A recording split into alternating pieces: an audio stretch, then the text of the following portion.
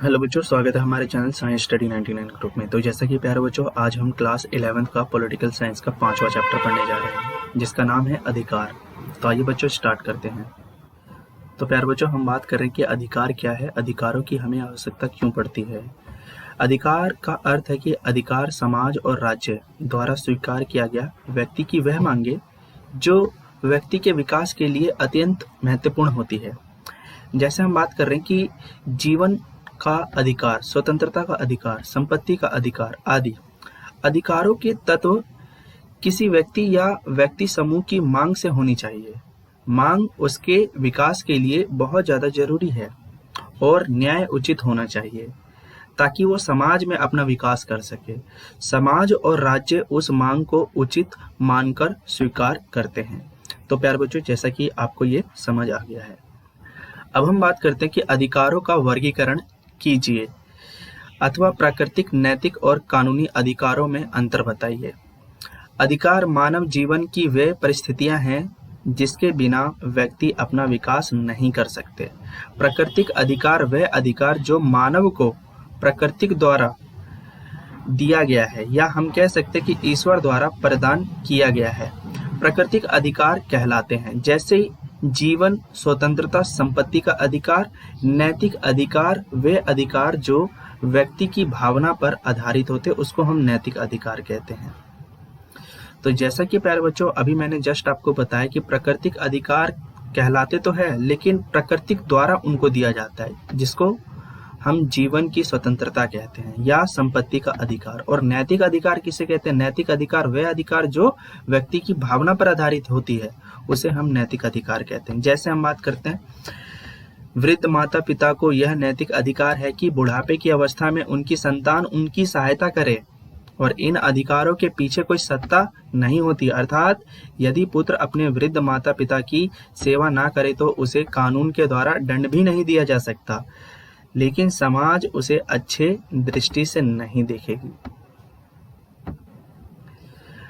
कानूनी अधिकार वह अधिकार जो व्यक्ति को राज्य द्वारा प्रदान किए जाते हैं और कानूनी अधिकार कहलाते हैं। यदि कोई व्यक्ति इन अधिकारों को छीनता है तो वो सीधा कहाँ जाएगा? न्यायालय जाएगा, तो उसे न्यायालय के अनुसार दंड दिया जाता है। कानूनी अधिकार में निम्नलिखित अधिकारों को शामिल किया जाता है।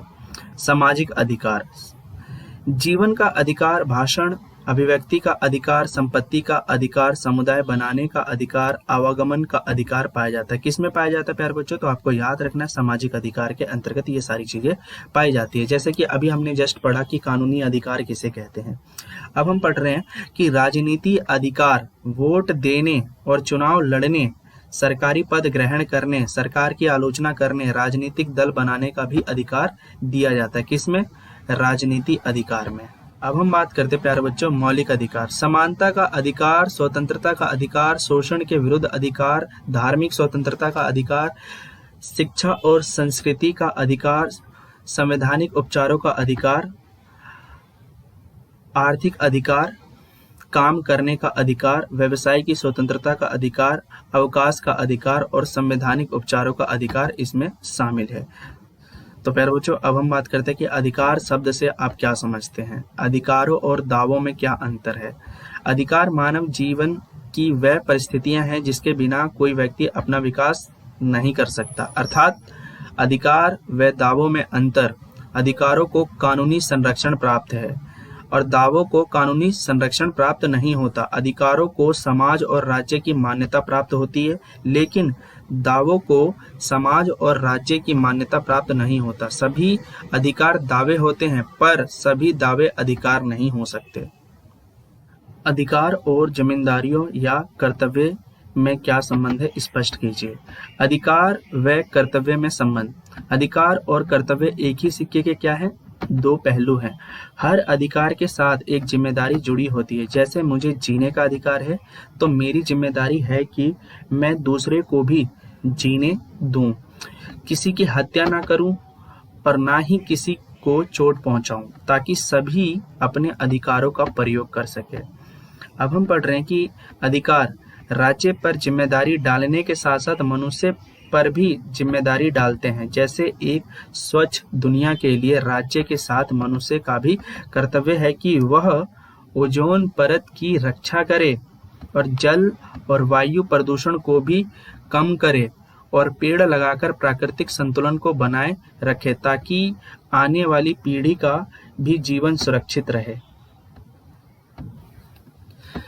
अधिकारों में टकराव पैदा होने पर संतुलन स्थापित करना बहुत ज़्यादा जरूरी है। जैसे मुझे चित्र या फोटो लेने का अधिकार है, लेकिन किसी नहाते हुए व्यक्ति की फोटो लेकर उसे इंटरनेट पर दिखाना गलत है, क्योंकि इससे उसकी प्राइवेसी खत्म होगी और उसके अधिकारों का उल्लंघन होगा। नागरिकों को अधिकारों पर लगाए गए प्रतिबंधों के प्रति जागरूक रहना चाहिए ताकि प्रतिबंध उचित हो। नहीं तो ज़्यादा प्रतिबंध से ना तो केवल अधिकार समाप्त हो जाते हैं, बल्कि सरकारें भी निरंकुश हो जाती है, यानी मनमानी तरीके से कार्य करने लगती है। अधिकार राज्य की सत्ता पर कुछ सीमाएं लगाती है, स्पष्ट कीजिए। अधिकारों द्वारा राज्य की सत्ता पर कुछ सीमाएं लगाती है। अधिकार केवल ये नहीं बताते कि राज्य को क्या करना चाहिए, बल्कि ये भी बताती है कि राज्य को क्या नहीं करना चाहिए। उदाहरण के लिए, किसी व्यक्ति की स्वतंत्रता का अधिकार कहता है कि सरकार सिर्फ अपनी मर्जी से उसे गिरफ्तार नहीं कर सकती। यदि वह किसी को सलाखों के पीछे करना चाहती है तो उसे न्यायालय के सामने पेश करना पड़ेगा। इस व्यक्ति की स्वतंत्रता में कटौती करने का कारण भी बताना होगा। इसलिए किसी व्यक्ति को पकड़ने से पहले गिरफ्तारी का वारंट दिखाना पुलिस के लिए बहुत ज़्यादा जरूरी होता है। इस प्रकार व्यक्ति के अधिकार और राज्य की सत्ता पर कुछ सीमाएं लगाते हैं। मानव अधिकारों की विश्वव्यापी घोषणा कब की गई? इसकी प्रस्तावना की व्याख्या कीजिए।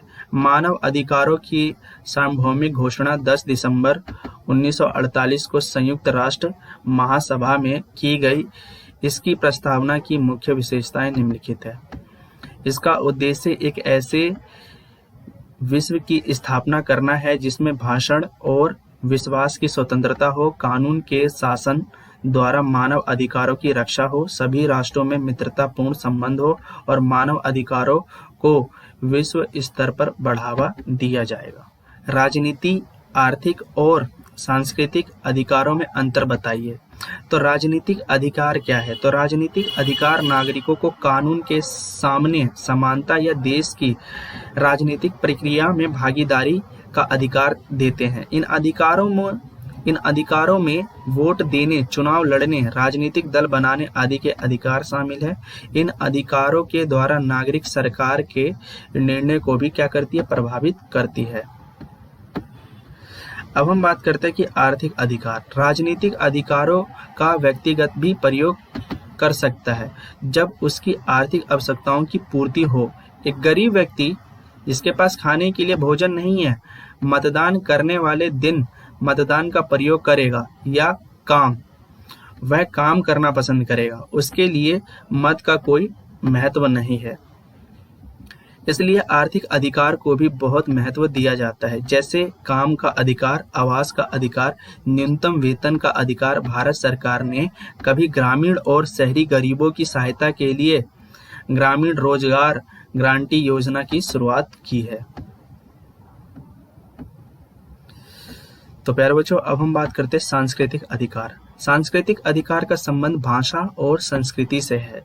यह अधिकार विशेष रूप से अल्पसंख्यक के वर्गों के लिए है ताकि वह अपनी भाषा और संस्कृति की रक्षा कर सके और भारत में भाषाएं और धार्मिक अल्पसंख्यक शिक्षण संस्थान खोल सकते हैं। ऐसा करके वह अपनी संस्कृति को सुरक्षित कर सकते हैं। सरकार बिना किसी भेदभाव के शिक्षण संस्थानों को आर्थिक सहायता प्रदान करेगी। तो प्यारे बच्चों, अब हम बात करते हैं कि मौलिक कर्तव्य क्या है। भारतीय नागरिकों के कोई 3 कर्तव्य बताइए। कर्तव्य उन जिम्मेदारियों को कहते हैं जो नागरिकों को देश और देशवासियों के प्रति निभानी पड़ती है। प्रत्येक अधिकार के साथ एक कर्तव्य जुड़ा होता है। इसलिए अधिकार और कर्तव्य एक ही सिक्के के दो पहलू हैं। भारतीय नागरिकों के कर्तव्य संविधान का आदर करना, कानून का पालन करना, करों का भुगतान करना, पर्यावरण की रक्षा करना, सरकारी कर्मचारियों के साथ सहयोग करना, ये सब मौलिक कर्तव्य के अंतर्गत आते हैं। तो प्यारे बच्चों, अब हम बात करते हैं सूचना का अधिकार क्या है, इसके महत्व पर प्रकाश डालिए। सूचना का अधिकार के अंतर्गत कोई भी व्यक्ति अपनी किसी कार्य के विषय में सरकारी कर्मचारी से यह जानकारी प्राप्त कर सकता है कि उसके कार्य की स्थिति क्या है। जैसे अगर किसी व्यक्ति ने टेलीफोन लगवाने के लिए आवेदन पत्र दिया है और महीनों बीतने के बाद टेलीफोन नहीं लगाया गया, तो वह पूछ सकता है कि टेलीफोन ना लगाने का क्या कारण है। सरकारी अधिकारी को इसका सवाल का जवाब देना पड़ेगा। सूचना का अधिकार, सूचना के अधिकारों द्वारा सरकारी कर्मचारी किसी कार्य में टाल मटोल नहीं कर सकते। इससे कार्य में देरी पर रोक लगेगी तथा देरी होने पर अधिकारी को जवाब देना होगा और उसके विरुद्ध कार्यवाही की जा सकती है। तो प्यारे बच्चों, यहाँ पे क्या बताया जा रहा है? सूचना का अधिकार।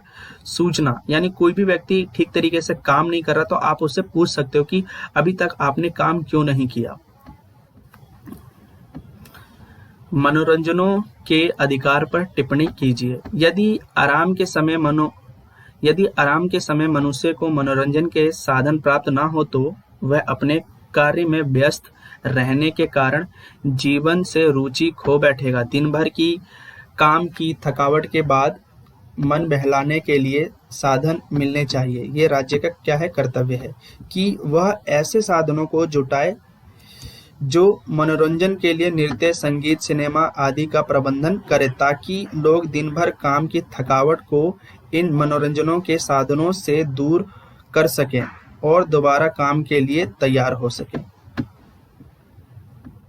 तो प्यारे बच्चों, अब हम बात करते हैं कि इमैनुअल कांट में मानवीय गरिमा के बारे में क्या विचार दिए थे। तो हर चीज की या तो कीमत होती है या तो गरिमा। जिसकी कीमत होती है उसके समतुल्य कोई दूसरी चीज भी रखी जाती है, लेकिन गरिमा तमाम चिंताओं से ऊपर होती है। उसके समतुल्य कोई दूसरी चीज नहीं रखी जा सकती है।